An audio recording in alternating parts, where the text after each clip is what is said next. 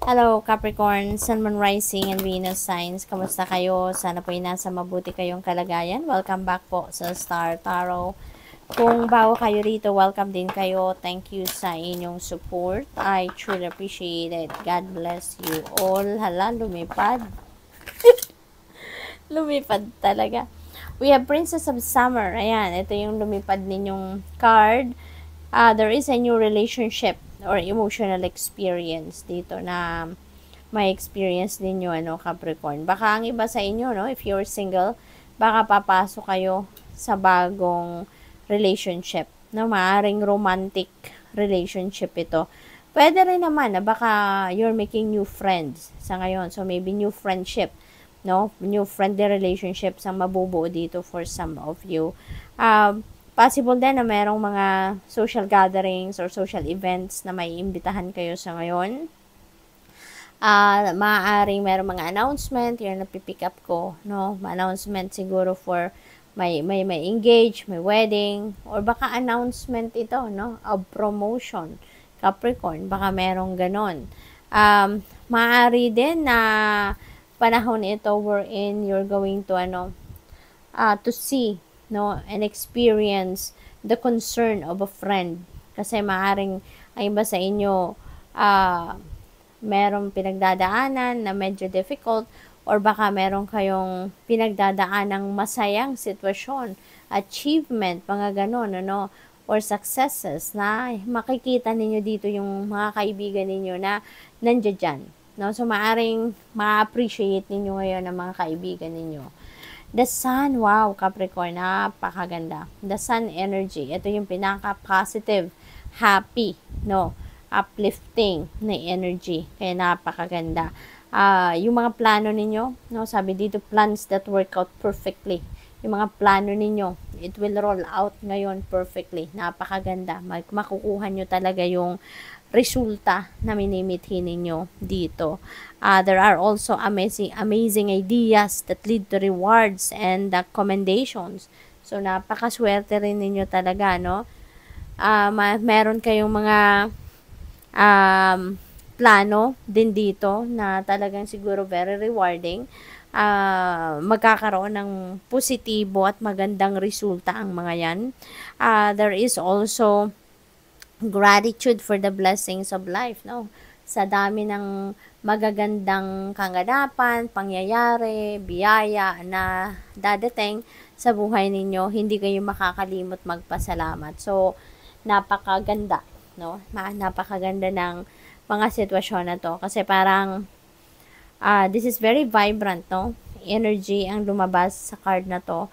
Kaya feeling ko, there are so many good things and amazing things that are going to happen sa buhay ninyo at this time, Capricorn. So, there are a lot of successes, happiness, joy, contentment, fulfillment, yung mga pakiramdam na yan, maaaring maramdaman ninyo at this time. Queen of Spring, yan, punong-puno kayo ngayon ng confidence, no? You're believing in yourself, you're believing in your capabilities, no? Talagang high vibe kayo sa ngayon, Capricorn. You're full of confidence talaga. Kaya napakaganda ng kung ano man ang mga gagawin ninyo sa ngayon. Talagang pagpupursigihan ninyo, no? You are full of, confidence sa sarili ninyo, assertive. At saka, maganda rito kasi mararamdaman ng mga tao sa paligid ninyo kung gaano kayo kadesidido, kadeterminado, ka-focus sa mga gagawin ninyo. Kaya naman marami din ang gustong tumulong sa inyo. Marami din yung yung gustong magsuporta sa inyo, yung ganon. We have Prince of Autumn. Ayan, cautious but wise action. Ayan, so maganda kasi kung ano man ang matalino na kayo ngayon, no? Smarter na kayo, wiser na kayo sa ngayon, Capricorn. you've learned a lot of lessons na from your past experiences, no? Kung dati meron mga kapalpakan kayong nagagawa, ngayon, babawi kayo. You're going to bounce back talaga. Kaya mas pag-aaralan nyo na ngayon yung mga gagawin ninyo, pagpaplanuhan nyo na, you're going to be cautious, you're going to be vigilant, yung ganon, no? Kaya napakaganda. Marami na kayong natutunan, no? Na from your mistakes in the past at ngayon talagang aware kayo, no, sa bawat gagawin ninyo. What else? We have 10 of Autumn. Napakaganda pagdating naman sa pangkapirahang aspeto at ang pinag-e-effortan ninyo sa ngayon, Capricorn, is stability, no, ng inyong finances. Hindi lang para sa ngayon kundi for the future, for the long term, no? Yung sinisikap ninyo na makapag-establish kayo ng financial future ninyo, na makakapag-provide kayo for yourself and for the rest of your family, no, for the future, no? Hindi lang sa ngayon, hindi lang for few weeks, for few months, but for the long term. So, napakaganda. Maaari din na meron kayong mga investments ngayon na gagawin. Meron din kayong siguro nag-iipon kayo. You're also saving for your retirement. Yung ganun ba? What else? We have 4 of Autumn. Ayan. So, manage your resources wisely. Ito yung, panawagan sa inyo ng universe, no? Capricorn, manage your money wisely. Ingatan ninyo yung inyong kaperahan. Financial discipline, kailangan ninyong pairalin, paandarin yan. Kailangan ninyo na magkaroon kayo ng yung bang plan, financial plan, no? Na alam niyo na yung sinusulat ninyo, mas magandang sinusulat ninyo para nakikita ninyo magkano yung pumasok na pera, ano yung mga babayaran ko ngayon, magkano ilalagay ko sa savings, no? Yung mga ganun ba.